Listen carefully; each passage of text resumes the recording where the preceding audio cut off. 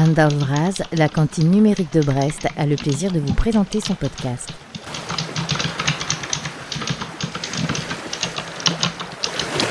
À l'occasion de la parution de Mona Lisa disjoncte de William Gibson, nous recevons Marion Mazoric, créatrice des éditions Au Diable Vauvert. On parle du long processus qui a conduit à cette nouvelle traduction par Laurent Kissy d'une trilogie fondatrice du cyberpunk.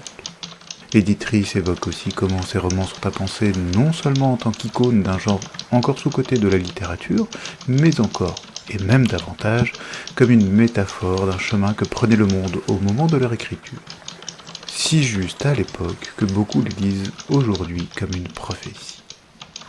On parle encore de l'édition indépendante, et en particulier du Diable, avec ses choix et ses paris, ses couvertures, ses résidences d'auteurs, et on évoque Neil Gaiman, Octavia Butler, Pierre Bordage, James Morrow, Poppy Bright et bien d'autres. Bonne écoute. Marion Mazoric, bonjour. Bonjour. Vous êtes la créatrice des éditions Au Diable Vauvert. C'est des éditions qui ont un peu plus de 20 ans maintenant. C'est ça, 22 ans. 22 ans en 2022. Et elles ont la particularité de ne pas être parisiennes, ce qui est toujours rare. C'est vrai, on est installé en Camargue, au milieu des taureaux et des chevaux, et un espace pas du tout cyberpunk, mais il y a des connexions en fait, hein. C'est les pop culture, les connexions. C'est ici, on est en pleine culture populaire, et on est indépendant. Et c'est vrai que par les temps qui courent, dans l'édition qui se concentre à mort, enfin les médias, etc., on devient un petit peu c'est vrai, des Indiens d'ailleurs, de la réserve indienne, hein, puisqu'on est un peu au Far West, donc c'est ça. Dans l'édition, il y a de moins en moins d'indépendants. Au départ, vous étiez un petit peu centré sur Paris et vous avez, quand les éditions sont fondées, en fait, vous avez quitté ce milieu-là et vous avez essayé de faire des choses qui tranchaient. Je pense par exemple aux couvertures mémorables qui à l'époque, voilà, de table de libraire qui parfois était un petit peu triste. Là, tout d'un coup, on avait quelque chose de très flashy qui tranchait. Ouais, c'est vrai, tout à fait. Non, et l'idée c'était de quitter Saint-Germain-des-Prés, d'aller au Diable Vauvert, faire des choses justement un petit peu nouvelles, et en particulier, bah oui, les couvertures. Bon, on revendiquait le catalogue naissant d'une maison qui s'intéressait à des grands écrivains nés dans les pop cultures, quoi. Bon, évidemment, Gibson en est un super exemple. C'était même un fleuron du catalogue dès le début. Et donc, on voulait marquer cette différence. Et donc, je suis allée chercher, mais vraiment délibérément, en fait, des couvertures et des formats de livres, c'est-à-dire avec la souplesse aussi de ces livres-là, qui sont ce qu'on appelle du trade paperback anglais. D'ailleurs, c'était quoi les couvertures de Welsh, les couvertures des auteurs qu'on allait publier, hein, qui m'intéressaient, et très flashy, très dans le monde contemporain. Donc, il y a vraiment un message qui est: le livre, c'est pas de la couverture blanche, c'est tout de suite un univers d'écrivain dans lequel vous avez envie d'entrer, quelque chose de très invitant, et puis un produit de tous les jours, quoi. C'est quelque chose de très souple, de désacraliser le livre et d'en faire un produit joyeux. Et surtout, chaque livre est un univers, donc chaque livre, sa couverture, pas de maquette unique. Et en fait, on a été un des premiers éditeurs à sortir de la maquette unique, qui est un truc français, hein, qui se fait pas ailleurs. Et donc, ça a marqué une différence et ça s'est vu, et c'est vrai qu'on a eu tout de suite des lecteurs, et ça a bien fonctionné d'entrée. On était un petit peu, maintenant, on a été évidemment attrapé par tout le monde parce que l'époque le veut, quoi. Mais on était un petit peu en avance. Bah, quand une idée est bonne, autant qu'elle soit partagée. Exactement. Vous inviter aujourd'hui pour parler, en fait, de la sortie du dernier volume de la trilogie Sprawl de William Gibson, de la réédition, enfin, de la retraduction, de cette trilogie. Qu'est-ce qui motivait cette retraduction? En fait, cette retraduction, c'est une motivation ancienne, parce que quand j'ai découvert Neuromancien, donc à cette époque-là, je travaillais aux éditions J'ai lu. J'étais jeune éditrice et j'avais la chance d'être aux côtés d'un pape des pop culture en France, et de l'underground et des comics et de la SF, qui s'appelait Jacques Sadoul. Et donc c'était un grand monsieur qui a une collection énorme et qui connaissait tout ça par cœur. et quand j'ai lu, il m'a donné à lire, Neuromancien et puis les nouvelles aussi de William Gibson, j'ai été emballée et je suis revenue en lui disant: «Mais c'est formidable et puis qu'est-ce que c'est beau, la traduction est géniale, j'adorais cette langue assez punk justement, assez orale». Et là, Sadoul, qui était un pince sans rire, m'a dit: «Mademoiselle Mazory, cette traduction est peut-être très belle, mais elle n'a qu'un lointain rapport avec l'original». «Ah bon?» lui ai-je dit. Et Bonnefoy, c'était un traducteur très. La traduction, je crois, avait été faite donc par Bonnefoy, peut-être à la Découverte, dans la première édition. Et c'était un traducteur très reconnu. Et puis Gibson, c'était surtout le leader du cyberpunk. Donc il a une langue punk et assez orale. Enfin, je trouvais ça tout à fait raccord. Et c'est là Sadoul m'a expliqué, bah, d'abord m'a du coup invité à aller voir l'anglais.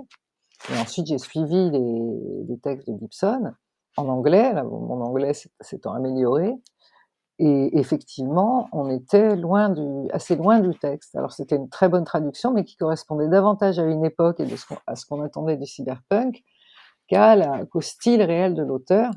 Et puis, toute l'évolution ultérieure de Gibson a montré. Du coup, moi, c'était une de mes premières leçons d'édition. Donc, quand j'ai créé Le Diable avec William Gibson au cœur du catalogue, j'avais cette idée que quand même et d'ailleurs, les traducteurs des dernières œuvres étaient beaucoup plus conformes, faisaient un travail beaucoup plus conforme au style réel de Gibson et qui évoluait de plus en plus dans un style en fait assez poétique, une poétique, des visions poétiques, et c'est un style qui était parfois assez complexe. Oui, Et et très, très surréaliste en fait, dans plein d'aspects. exactement, et qui embrasse plusieurs niveaux de compréhension en même temps, de sensations, de faits réels, qui est assez elliptique aussi, et une langue parfois très élaborée justement dans ces domaines, dans ces dimensions techniques. Donc c'était un vieux souhait d'éditrice de se repayer la traduction de Gibson. Sauf que bah, c'est difficile à faire quand d'une part la traduction originale est le fait d'un bon traducteur et que ce n'est pas une mauvaise traduction, c'est plutôt une question d'époque. Et d'autre part, quand bah, c'est très cher de refaire une traduction pour un livre déjà sorti. Donc a priori, c'est ce qu'il ne faut pas faire en premier, parce que c'est un danger majeur économique. Et donc vous avez choisi en fait, Laurent Quessy, qui lui-même est auteur, et qui aussi est connu pour son travail de traduction, par exemple, celui de l'œuvre de Philippe Cadic, hein. Qu'est-ce qui c'était quoi la rencontre entre Gibson et Quessy?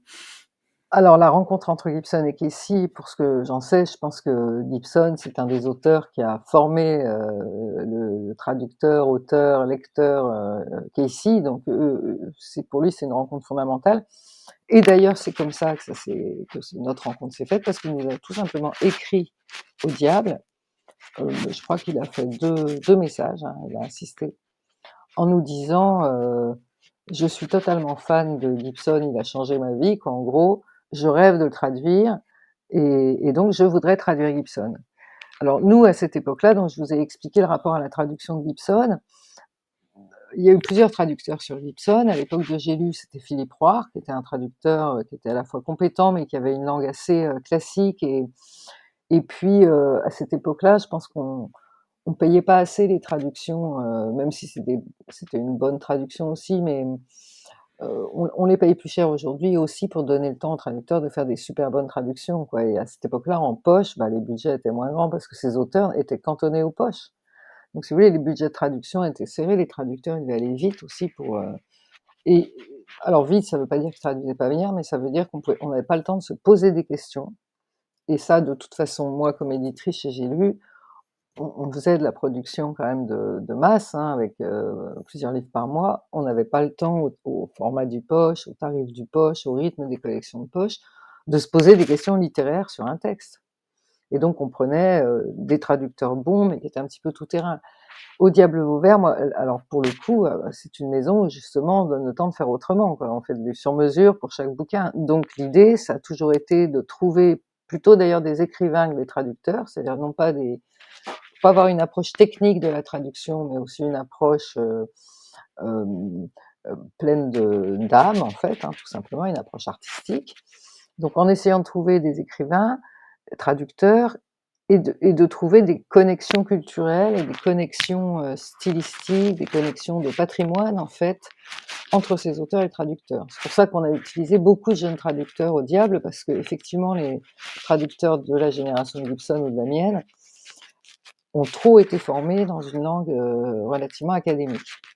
Et surtout, une langue qui a beaucoup vieilli par rapport à ce qui s'écrit aujourd'hui, parce que, pleine de, j'allais dire, d'adjectifs, d'adverbes. Le français, c'est une langue de la syntaxe. Donc, si vous voulez, le français classique, c'est vraiment une langue du mouvement de la phrase et de son ampleur. Alors que l'anglais, c'est au contraire une langue de la nomination où tout est très court. Et d'ailleurs, il y a des coefficients d'augmentation de l'anglais vers le français. On compte 15% de plus pour traduire une phrase anglaise en français. Ça, par exemple, ces 15% de coefficient d'augmentation, c'était quelque chose d'admis. Et moi, c'est quelque chose que j'ai pas admis. C'est-à-dire que je maintiens, parce que je crois aux ressources de la langue française, que si quelqu'un est dans la brièveté en anglais, il faut qu'on lui donne cette brièveté en français, quitte à travailler notre français dans ce sens-là. Donc, à oublier la rhétorique, à oublier. Et d'ailleurs, c'était ce qui faisait défaut à Gibson, c'est-à-dire que comme c'est une langue assez complexe, comme on l'a dit tout à l'heure, assez imagée, très poétique, il y avait plusieurs écueils possibles. Aller, bon, ce qu'avait fait Bonnefoy, c'est très bien, très bref, très bien, mais c'est quand même une langue beaucoup plus orale que celle de Gibson et directe. Ou alors aller vers ce qui était le cas sans doute des traducteurs à l'époque de J'ai lu, vers un français châtié, correct, assez rhétorique. C'est pour ça on a démarré au Diable avec des jeunes traducteurs qui justement avaient une pratique du français liée à leur oralité et très influencée par l'anglais et nourrie d'œuvres différentes.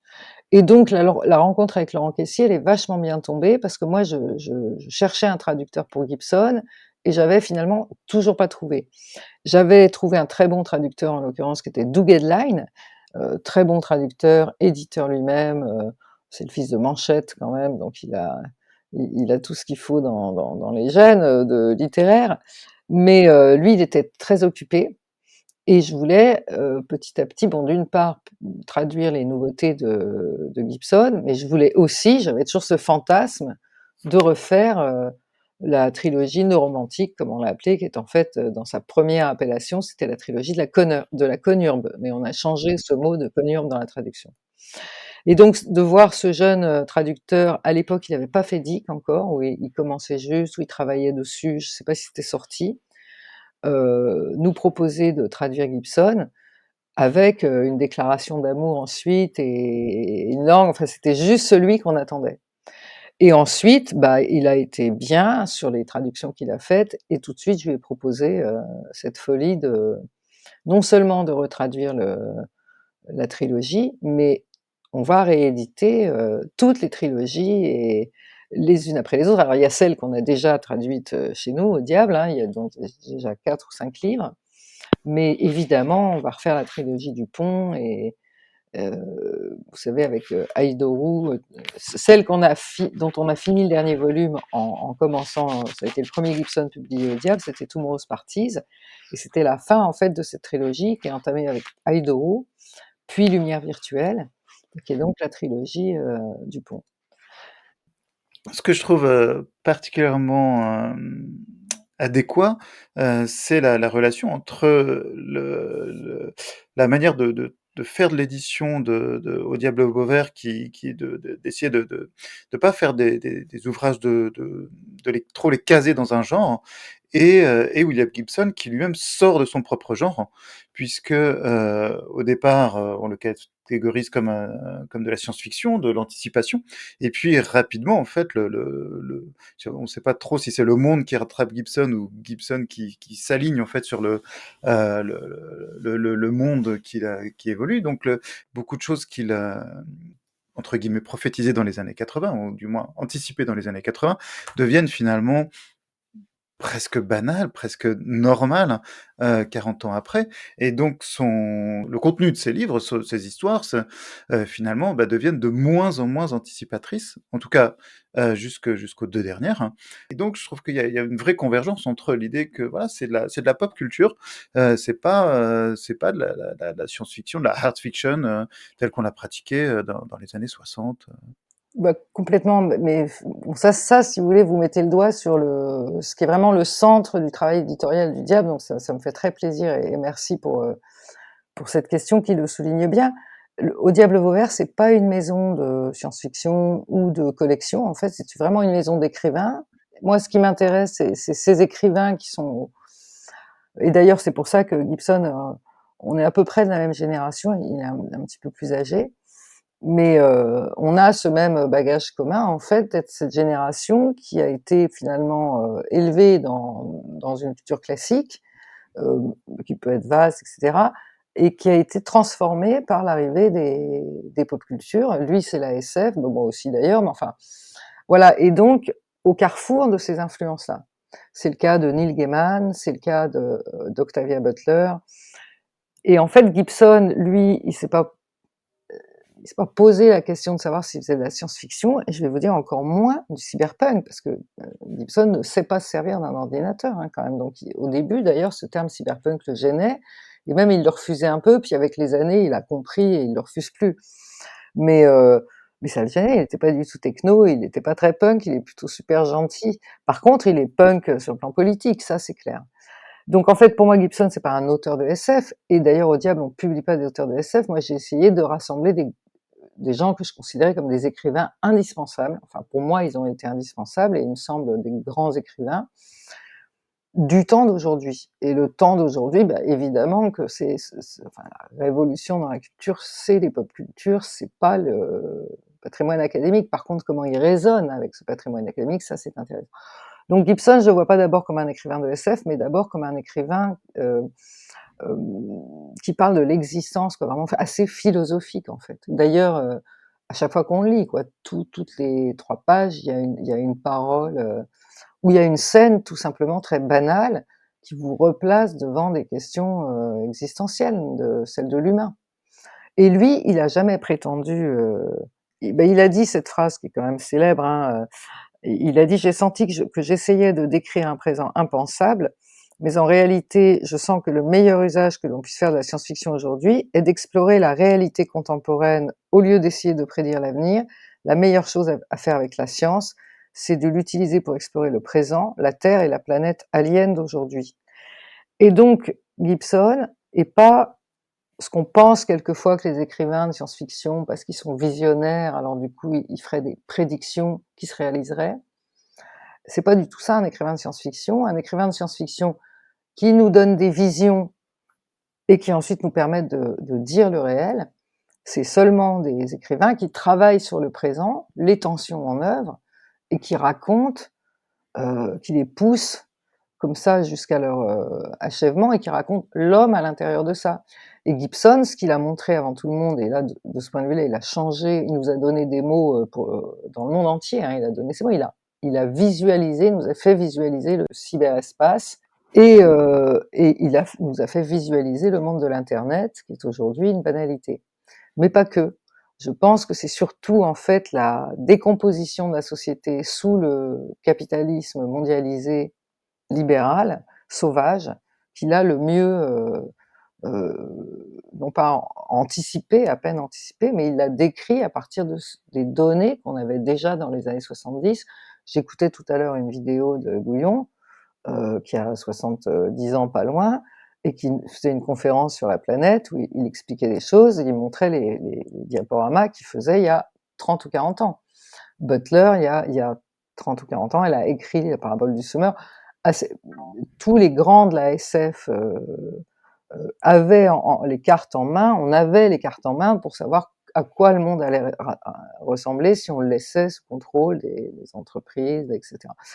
Donc c'était pas de la... Mais voilà, alors c'est une vision qui est à la fois politique, poétique, plus que de la et qui part complètement de l'analyse du réel. Et c'est pour ça qu'aujourd'hui, on y est. Quand il nous raconte dans l'entrée, dans les premières pages de Tomorrow's Parties, le pont sous lequel, les gens vivent dans des espèces de cartons, en fait, qui ont juste la taille de leur corps et voilà, on est déjà dans les hôtels comme ça au Japon, vous savez, vous enfoncez dans une alvéole, et cetera. Il a regardé les mendiants dans la rue et c'était évident que ça allait vers ça. Mmh.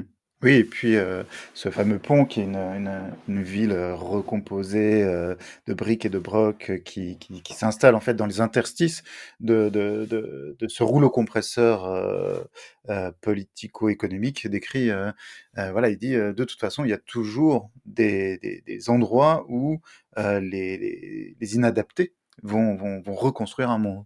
Exactement et vous voyez la machine, par exemple, la vision de la machine, ça c'est neuromancien, la matrice.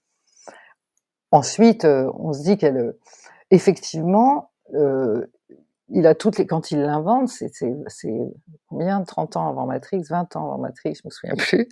Hem, voilà, c'est pas, il prédit l'avenir, c'est qu'elle est déjà en place et seulement il immerge l'homme dans cette matrice et aujourd'hui, bah, voilà, on y est.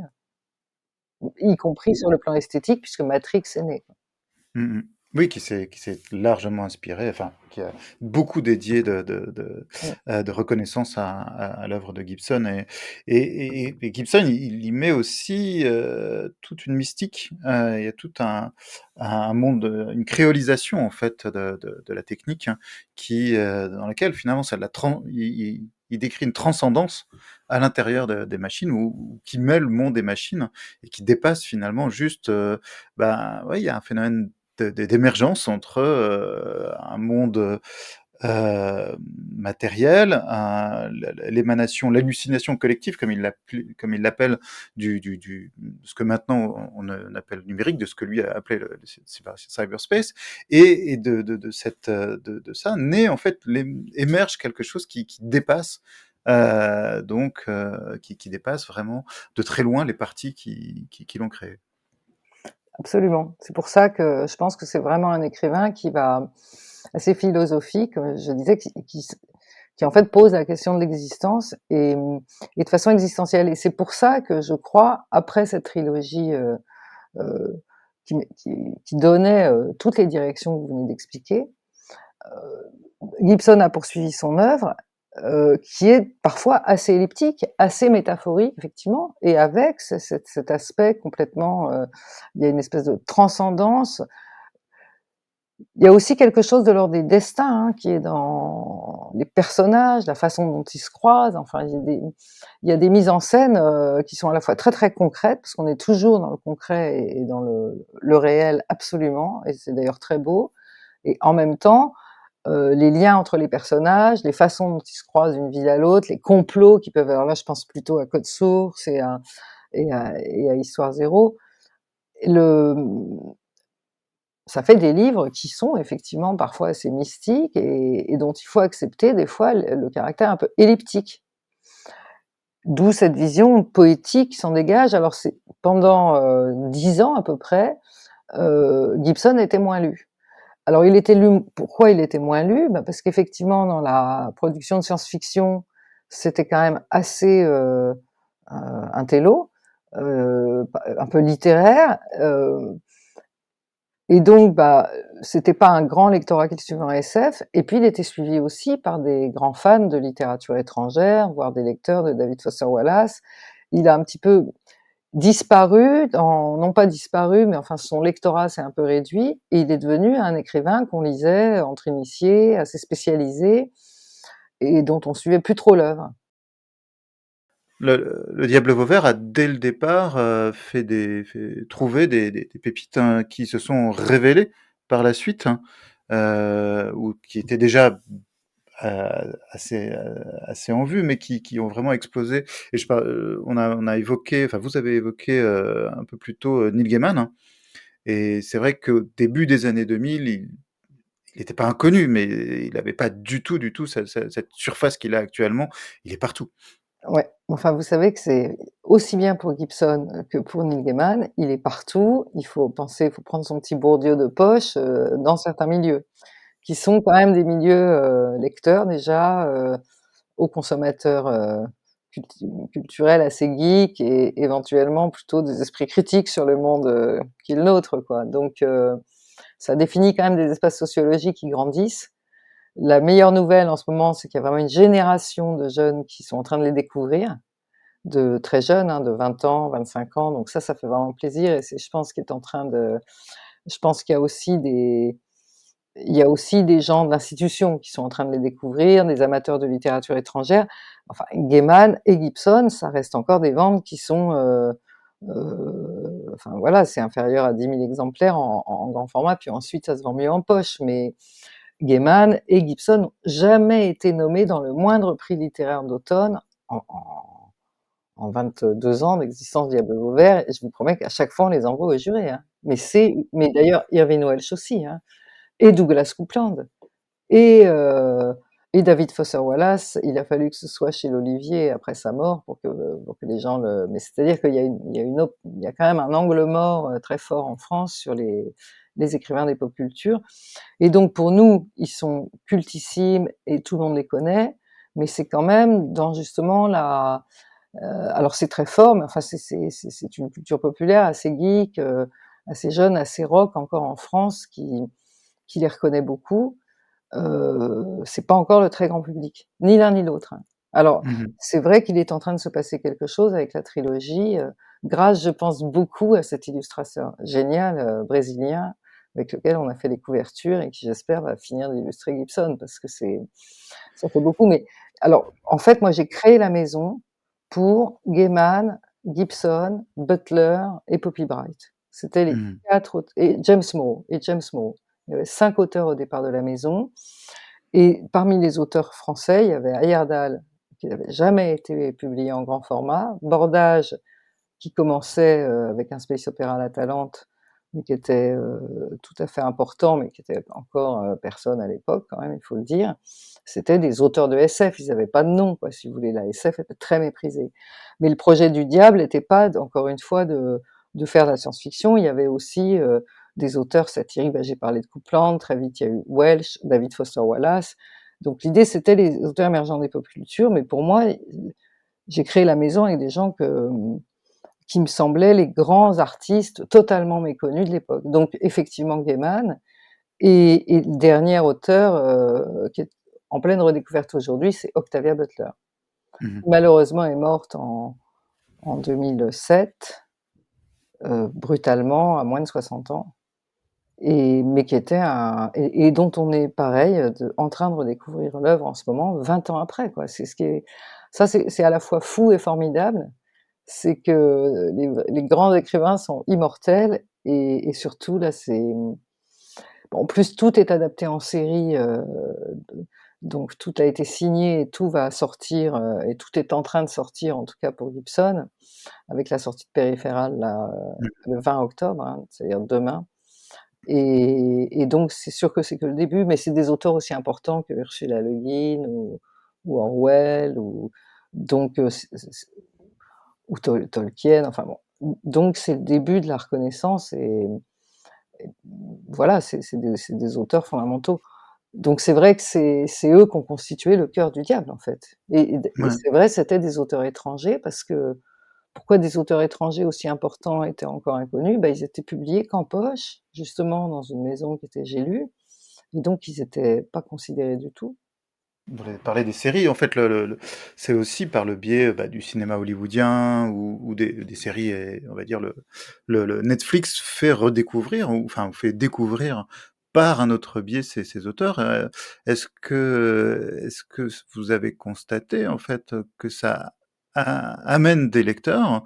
Ou est-ce que ça reste les médias compartimentent quand même la façon d'aborder un auteur? Ah non, non, je pense que ça fait venir des auteurs absolument. Les jeunes générations dont je vous parle, je crois que ça y contribue beaucoup. Il y a eu aussi le jeu vidéo, vous savez, on avait une Cyberpunk, ouais. Mmh. Cyberpunk, voilà, qui avait un graphisme, d'ailleurs, je sais pas s'ils ont pas repris le nôtre, mais on avait quasi, on avait des graphismes très comparables et enfin, en même temps, c'était punk rock, donc c'était normal qu'on fasse un peu la même chose. Non, je crois que ça parce qu'on a vu beaucoup de jeunes qui, je l'ai vu on l'a vu sur les réseaux sociaux. Et puis on a les réseaux sociaux aussi qui sont un Mmh. accélérateur important des échanges, dans une génération. Pour tous les gens qui sont sur les réseaux sociaux, mais s'il y a un auteur qui leur parle, mais bien sûr Gibson, Butler, de toute façon c'est des leurs livres sont en train de rencontrer leur lectorat maintenant. Pourquoi? Bah, parce que Butler pendant 20 ans, moi quand je parlais de la parabole du semeur, tout ça c'était trop noir, on n'avait pas le droit, si vous voulez, on n'était pas audible quand on disait le monde va être ça. Pour Octavia Butler, il a fallu l'élection de Trump, qu'elle met en scène dans les 3 premiers chapitres de la parabole du semeur. En fait, elle met en scène l'élection d'un président, qui est exactement Trump, un populiste, vendu aux entreprises et cetera, et qui s'appelle Donner, et c'est un copain de Trump. C'est-à-dire que le Donner en question, il est ami avec Trump, qui est un personnage du livre. Et donc quand Trump a été élu, je me suis dit, enfin voyant comment le monde accélérait, son effondrement, parce que Butler, c'est l'histoire, la parabole du semeur, d'un effondrement du monde dans les modèles occidentaux, sous l'impulsion des entreprises qui se mettent à posséder les humains, en s'occupant de tout. C'est-à-dire, ils les esclavagisent complètement, ils s'occupent de leur salaire, de leur nourriture et de leur logement, et en fait, ce sont de nouveaux esclaves. Et donc ça engage, un effondrement du monde, et ce livre est un espèce de viatique de la résistance et de la survie dans notre monde effondré. Donc aujourd'hui, c'est un livre qui est parce qu'en plus c'est un livre très lumineux et positif, parce que ce qui le guide en fait, c'est l'empathie et l'amour, et à travers un personnage, qui est en pâte justement, qui est la petite fille d'un pasteur noir, et et donc ce livre aujourd'hui, c'est un livre qui fait du bien. Pendant 20 ans, quand on en parlait, c'était un livre de Cassandre. Les gens disaient: «Mais non, mais c'est pas crédible, mais c'est Mad Max, mais c'est horrible, mais on veut pas voir ce monde-là». Aujourd'hui, on sait qu'il est là, donc on a besoin de leurs livres. Les livres sont aussi, ceux de Gibson dans ce monde-là sont que des livres généreux et humains. Les personnages sont formidables, et même, dans les cartons sous les ponts, dans une ville de précaires et de on a un écrivain français, Christophe Siebert, qui est aussi très cyberpunk aussi, et qui décrit une ville de russe, Marthe-Gorod, fictive. Heu, il la décrit par ses malheureux, ses esclaves, ses, ses bafoués, enfin ses malades, et cetera. Et c'est pas du tout des livres horribles, hein, c'est les humains, en fait, qui conduisent tous ces livres. Donc aujourd'hui, où le monde devient très anxiogène et on voit très bien, bah, eux qui en parlent si bien, et ils nous donnent des armes, en fait. C'est ce que disait Butler, hein, Mmh. donner des alarmes, c'est déjà en soi une arme et un signe d'espoir. Le Diable Vauvert ne se limite pas à la littérature, américaine. Vous avez aussi, tout un pan de votre intérêt se tourne également sur, la littérature, française et sur les jeunes auteurs et vous si je ne m'abuse pas, vous avez un système de résidence aussi? Tout à fait. Ce soir d'ailleurs, une demi-heure avant votre appel, eh bien, on est en panne d'électricité et d'eau. La résidence, elle est au cœur de la Camargue, c'est vraiment un très bel endroit, c'est une ancienne école de campagne. C'est le premier étage de nos bureaux, et donc il y a du Mistral, et puis de temps en temps, il y a une pompe, hein, il y a un forage, mais de temps en temps, vous voyez, panne d'électricité et d'eau, donc bon, on va voler au secours des résidents, hein, bien sûr, mais oui, on a une résidence d'écrivains, et bah, oui, les auteurs, pour nous, c'est bon, les auteurs sont au centre de la maison. On n'a pas de collection, on suit les écrivains qu'on publie, et souvent d'ailleurs avec un grand plaisir, parce qu'on trouve que de livre en livre, ils sont meilleurs. Ben oui, il y a les écrivains les plus connus et les plus anciens, c'est qui étaient des découvertes à l'époque, c'est Nicolas Ray et Tom Agency, qui ont fait comme le bon vin, ils n'ont fait que devenir meilleur, quoi, et c'est vrai que c'est l'ADN de la maison. Là récemment, très récemment, puisque le livre est sorti le 6 octobre, on a découvert un premier roman adulte, d'un garçon qui s'appelle Christopher Weeks. Ça s'appelle Alfie, et c'est le journal d'une intelligence artificielle dans un foyer, donc une intelligence artificielle domotique. Donc elle est au service de l'humain, et dès qu'elle a besoin d'une info, elle télécharge, et donc cette intelligence est programmée pour comprendre l'humain, le servir et évidemment le surveiller.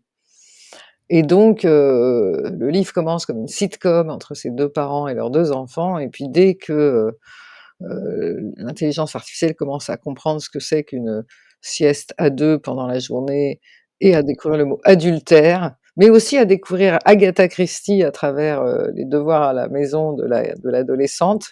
Ça rentre dans un polar et ça finit comme un cauchemar paranoïaque.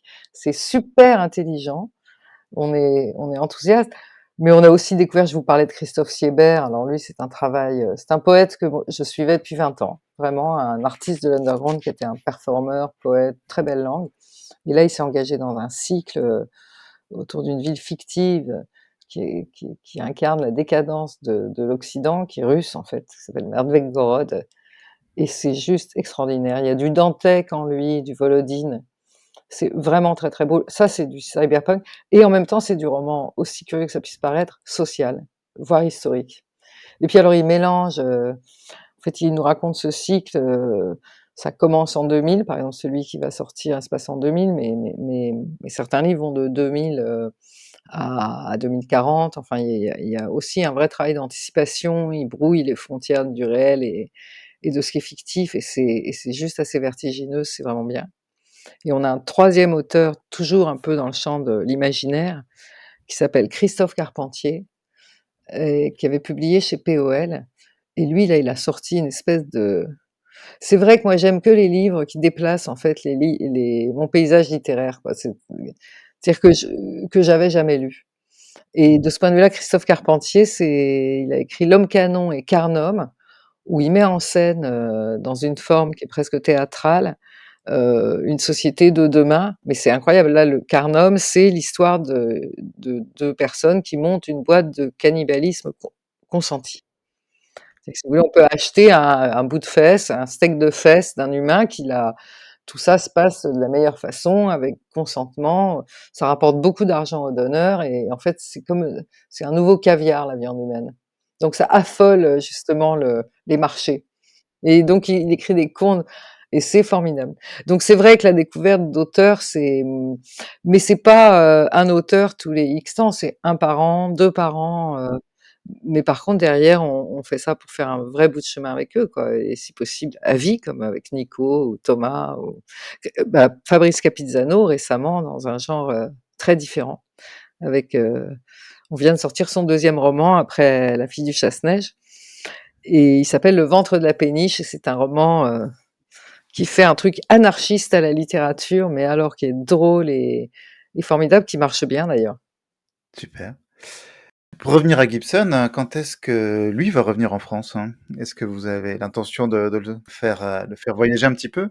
Tout à fait, mais il m'a demandé, on en a beaucoup parlé, il y a eu le Covid en fait qui a tout perturbé, et puis lui, il a eu des soucis de santé familiaux, enfin bon, pour lui, voyager est pas du tout facile pour des tas de raisons privées, enfin personnelles, et donc on a raté son voyage qui était prévu parce qu'il a été annulé, heu, voilà, au dernier moment. Ensuite, il y a eu le Covid. Il est Bon, bah, maintenant, on va pouvoir enfin se reposer la question, et là, ce qui est évident, c'est qu'il est tellement demandé, mais non, ça a été vraiment dommage parce qu'on avait prévu, il devait faire, des tournages, enfin une émission d'animation, enfin, il avait un gros, gros programme, donc ce qu'il faut maintenant, c'est qu'on organise une venue, bien à l'avance avec lui, et en profitant d'un festival, essayer de le faire. Donc je sais pas encore quand, mais ce qui est évident, c'est qu'on va pouvoir en reparler, quoi, maintenant que la crise du Covid est finie. Il pouvait pas voyager tant qu'il y avait des risques sanitaires. Marion Mazorik, merci beaucoup. Bah, merci à vous, hein, Josquin. C'est très agréable d'être interviewé comme ça par un, un lieu qui s'appelle la Cantine Numérique. Je crois que d'abord, c'est assez gibsonien comme nom, finalement. Je trouve ça formidable. Donc, vive la Bretagne!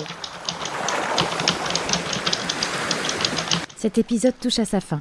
Nous espérons qu'il vous aura intéressé. Envoyez-nous vos questions, commentaires et propositions par email à coucou@lacantine-brest.net ou via Twitter. À très bientôt.